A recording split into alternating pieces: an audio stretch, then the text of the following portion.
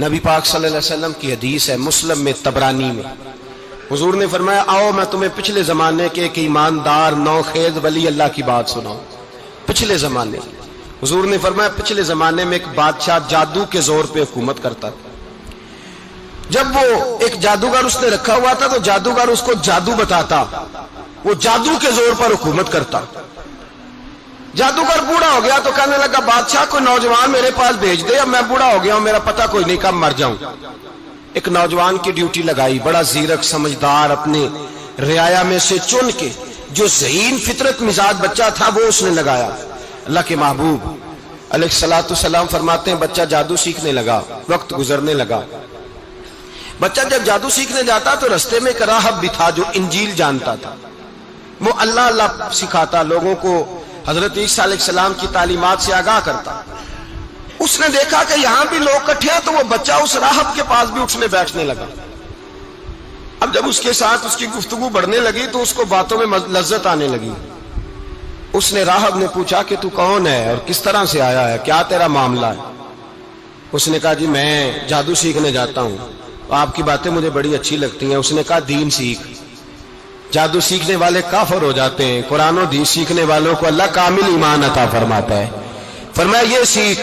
بچہ بیٹھنے لگا، اس کے پاس آنے لگا، باتیں دل میں گھر کرنے لگی۔ ایک وقت آیا کہ مسلمان ہو گیا، اور مسلمان کیسے ہوا؟ بچہ کہتا ہے میں تجربہ کر کے ہوا، اب میں تھوڑا سا وقت جادوگر کے پاس بھی جاتا اور باقی سارا وقت وہاں بیٹھتا۔ میں ایک دن جا رہا تھا تو رستے میں اژدہا تھا، بہت بڑا سانپ تھا، رستہ روک کے کھڑا تھا۔ یہ حضور نے بیان کی حدیث۔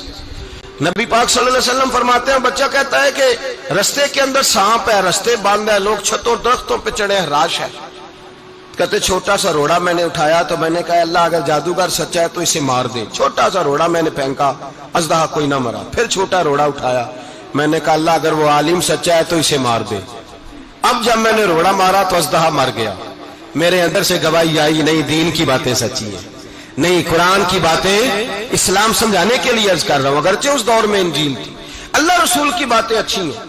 کہتے میں مسلمان ہو گیا، اب میں نے راہب کے پاس ہی رہنا شروع کر دیا، جادوگر کے پاس چھوڑ دیا۔ اس بچے نے آنا، بادشاہ پوچھتا کہاں زیادہ وقت گزارتے ہو تو وہ بات گول کر دیتا۔ وقت تیزی سے بڑھنے لگا، اللہ نے اس نوجوان میں طاقت پیدا کر دی۔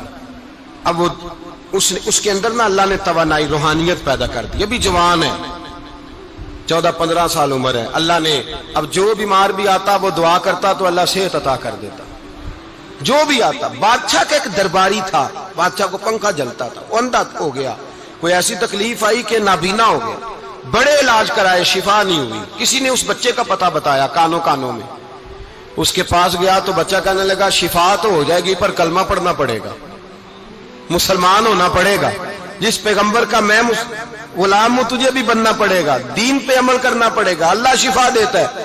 اس نے کہا تو مجھے کلمہ پڑھا، مجھے شفا دے، میں تیار ہوں۔ اس نے کہا شفا تو اللہ ہی دیتا ہے۔ اس نے اللہ تبارک و تعالیٰ کا ذکر کر کے دعا مانگی، یہ مسلم شریف میں حدیث ہے، طبرانی میں موجود ہے۔ اللہ نے اسے شفا دی، اس نے کلمہ پڑھنا شروع کر دیا۔ یہاں ایک نقطہ لکھا ہے ہمارے علماء نے، کہتے ہیں جب اللہ ولایت عطا کرتا ہے نا تو یہ سفید بالوں والے کا حصہ نہیں ہوتی۔ اگر جوانی میں کوئی آدمی توبہ کر کے تصوف کے راستے پہ چلتا ہے تو سب سے زیادہ ولایت اللہ اسے عطا فرماتا ہے، سب سے زیادہ ولایت اس کے پاس ہوتی ہے۔ ابھی اس کے بال کالے ہیں، چڑھتی جوانی ہے، دعا کی تو اللہ نے، اور حدیث پاک میں موجود ہے کوڑے آتے تو شفا یاب ہو جاتے، اندھے آتے تو شفا یاب، برس والے آتے تو اللہ سے دے۔ جوان ہے، بادشاہ کے پاس وہ واپس گیا، وہ جو آدمی جس کی آنکھیں ٹھیک ہوئی تھی۔ بادشاہ نے پوچھا کہ کیسے شفا ملی؟ تو کہنے لگا میرے رب نے شفا دی ہے۔ بادشاہ سجدے کراتا تھا، اپنے آپ کو منواتا تھا، معاذ اللہ، کہنے لگا میرے علاوہ کون رب ہے؟ اس نے کہا وہی رب ہے جس نے تجھے پیدا کیا ہے، اور وہی رب ہے جس نے مجھے اندھے کو آنکھیں دی ہیں، وہی ہے میرا مالک۔ کہا اچھا تو مجھے نہیں مانتا؟ کہا نہیں میں اپنے رب کو مانتا ہوں۔ بادشاہ نے اسے سزا دی، ستایا، اس نے بچے کا پتہ بتایا، پھر بچے کو بلا کے ستایا تو اس راہب کا پتہ بتایا، راہب بھی قتل ہو گیا، نابینا بھی قتل ہو گیا۔ بادشاہ نے کہا سپاہیوں سے اس بچے کو لے جاؤ اور پہاڑ کی چوٹی پہ جا کے نیچے پھینکو تاکہ مر جائے۔ بچہ پہاڑ کی چوٹی پہ گیا تو ہاتھ اٹھا کے کہنے لگا یا اللہ میرے لیے نہیں اپنے لیے، میرے لیے نہیں اپنے لیے انہیں اپنی قدرت کے جلوے دکھا، میرے لیے نہیں۔ اللہ کے بندے اپنی جان بچانے کی دعائیں نہیں مانگتے، اپنے لیے انہیں اپنی قدرت کے جلوے دکھا، یہ دعا مانگی۔ جتنے لوگ ساتھ آئے تھے وہ سارے زمین پہ گرے اور سب مر گئے، پہاڑ سے گر کے مر گئے۔ بچہ واپس سیدھا بادشاہ کے پاس کہنے لگا لو بھائی میرے رب نے مجھے بچا لیا ہے۔ جوان کا ایمان دیکھو، میرے رب نے مجھے، بولو میرے اللہ نے مجھے ایمان کی گواہی دے رہا ہے، میں بچ گیا ہوں، تو جھوٹا ہے میرا رب سچا ہے۔ اس نے کہا لے جاؤ اس کو دریا میں، کشتی میں بٹھاؤ، بیچ دریا کے جا کے دھکا دے دو۔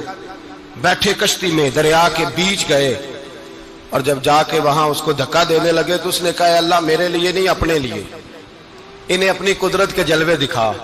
بس ایک طوفان سا آیا، جتنے سپاہی ساتھ آئے تھے ڈوب کے مر گئے۔ وہ بچہ اٹھا اور سیدھا پھر بادشاہ کے پاس، اسی کے پاس کہنے لگا لو بھائی میرے رب نے مجھے بچا لیا ہے، تیرے پاس آیا ہوں۔ وہ کہنے لگا تو کیا مصیبت میرے گلے پڑ گئی ہے، کیسے جان چھوٹے گی؟ تو بچہ کہنے لگا اگر تو مجھے باندھے درخت کے ساتھ اور سارے ملک کو بلائے، لوگوں اکٹھا کرے، پھر تو مجھے تیر مارنا، میں تجھے بتاؤں گا کیسے مارنا ہے، میں مر جاؤں گا۔ اللہ کا بندہ نوجوان ایمان دیکھو، مرنے کے طریقے بتا رہا ہے، میں تجھے بتاؤں گا میں کیسے مروں گا۔ یہ بات کہی، بادشاہ نے سارا مجمع جمع کیا، ملک سارا باہر آ گیا، درخت کے ساتھ باندھ دیا۔ کہنے لگا بھائی لوگوں یہ مجھے مارنا چاہتا تھا، مار نہیں سکا، اب میں اسے بتانے لگا ہوں کہ میں کیسے مروں گا۔ اسے کہو جب تیر مارے تو ساتھ میرے رب کا نام بھی لے، میں اپنے رب کے نام پہ جان دوں گا، ایمان کی پختگی میں اللہ کے نام پر جان دوں گا۔ اسے کہو رب کے نام پہ مارے، مر جاؤں گا۔ بادشاہ نے اللہ کہہ کے تیر مارا، پیشانی میں لگا، بچے کی روح پرواز کر گئی، جتنا مجمع کھڑا تھا سارا کلمہ پڑھ کے مسلمان ہو گئے، سارے مسلمان ہو گئے سارے۔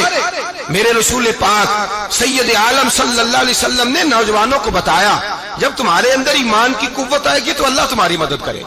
فرمایا وہ نوخیز ولی تھا، ابھی جوان رانا تھا، ابھی اس کی پیشانی پر جوانی کے آثار تھے، لیکن اس نے اللہ کو راضی کیا، رب کریم کو راضی۔ ولایت کا مطلب بڑھاپا نہیں، ولایت کا مطلب وہ نہیں کہ جب بڑا لمبا وقت گزر جائے تو پھر آدمی آئے کہ نہیں اب کیا کرنا ہے، اب مسجد ہی ہے، اب تو اس کے علاوہ گزارا ہی کوئی نہیں۔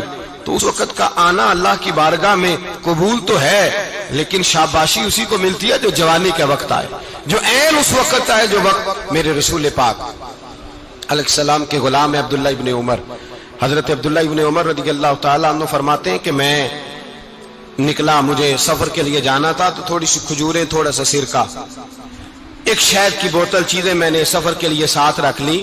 میں جب مدینے سے باہر صحرا میں نکلا نا تو رمضان نہیں تھا، غیر رمضان تھا۔ میں نے ایک نوجوان کو دیکھا بکریاں چرا رہا ہے، بکریاں چرا رہا ہے، اے جوان۔ آپ فرماتے ہیں اس کا چہرہ بڑا نورانیت والا، گرد پڑی ہوئی پر بڑا حسین۔ فرماتے ہیں میں نے اس کو کہا کہ آ جاؤ کھانا کھا لو، روزے بھی نہیں تھے۔ کہنے لگا نہیں میں نے روزہ رکھا ہوا ہے۔ فرماتے ہیں میں نے کہا پتہ کروں کہ نیرا نیک ہی ہے کہ پرہیزگار بھی ہے۔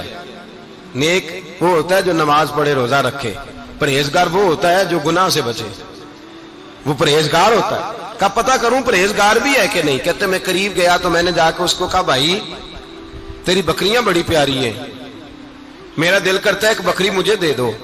کہتے وہ جوان، غربت بھی، پریشانی بھی، پر دامان توکل کی یہ خوبی ہے کہ اس پر پابند لگے ہوتے ہیں، دھبے نہیں ہوتے۔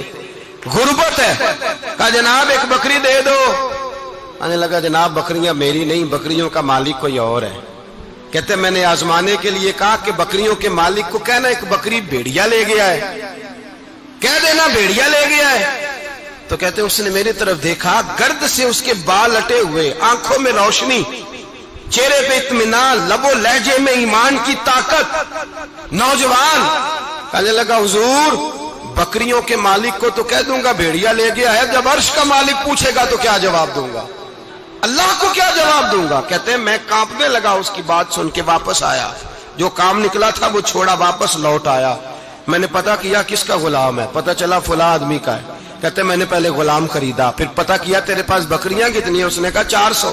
کہتے میں نے مالک سے ساری بکریاں خریدی، پھر غلام کو بلایا، پھر وہ بکریاں تحفے میں دی، تحفے میں کہنے لگا حضور یہ سارا کچھ مجھے کیسے ملا؟ میں نے کہا تیرا ایمان بڑا پختہ تھا تو میرے رب نے تجھے انعام عطا فرمایا ہے۔